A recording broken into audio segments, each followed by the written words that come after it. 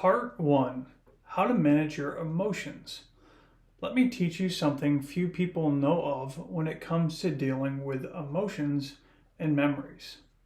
All emotions and memories impact us on some level daily, and how quickly we can deal with those aspects of our lives tends to have a huge impact on our quality of life.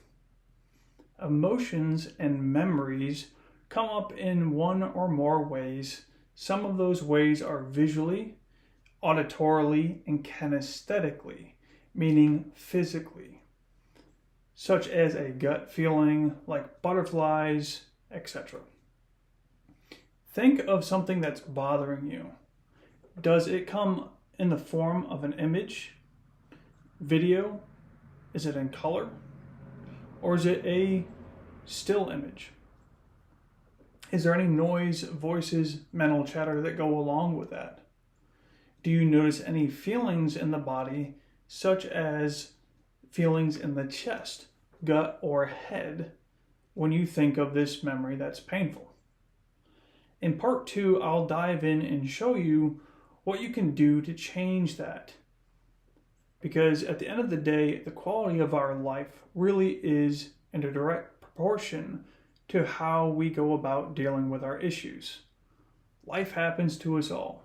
Things can stack up slowly over time, and we can find ourselves making excuses to why we maybe need to deal with it later, or we can't talk about our issue because it may not be heard or understood by others. So rather than even deal with it internally or even externally, we'll just try to brush it under the rug. Just try and keep the peace or let it roll off your back. Now, sure, having that flexibility in your life on some level can be extremely beneficial. It can be helpful to you growing as an individual and learning that you have to have a degree of tolerance to get through things that are inherently uncomfortable in your life. Because let's face it, if you don't really have a high tolerance for pain or uncomfortability or things that are just not that enjoyable to go through, that's where things like addictions come into play. It's usually stemming from an inability to feel or desire to not feel or to feel at least less of it. And that's where marijuana can be so addicting overall. It's one way that we might try and change our internal state. If we have a job that really stresses us out and we come home and maybe even our home life is stressful to some degree, we might actually find ourselves wanting to get rid of how we feel internally. So by smoking, it really allows you to just change that inner dynamic. And so if this is something that you're struggling with and you don't necessarily know how to deal with it, definitely stay tuned, because today I'm going to do a 3-part series.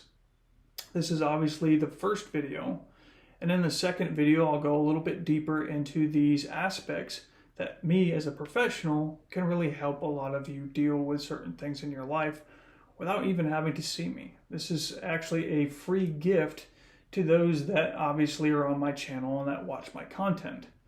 It is my aims to help people improve their life overall so that they have more freedom to go after their goals, their dreams, and really just improving themselves to where hopefully they find themselves in a position to where they're finally happy with where they're at.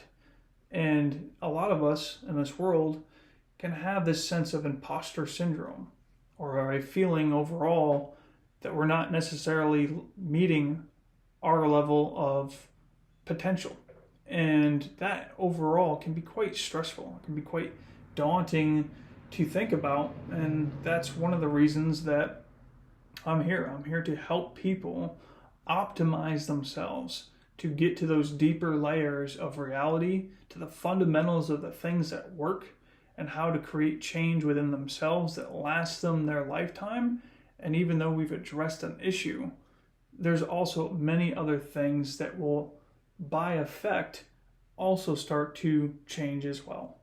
So if you're looking to do a 180 in your life and you really want to change this dynamic that you have with marijuana and find yourself sitting sober and clear-headed and ready to tackle those dreams, goals, and ambitions that you may have.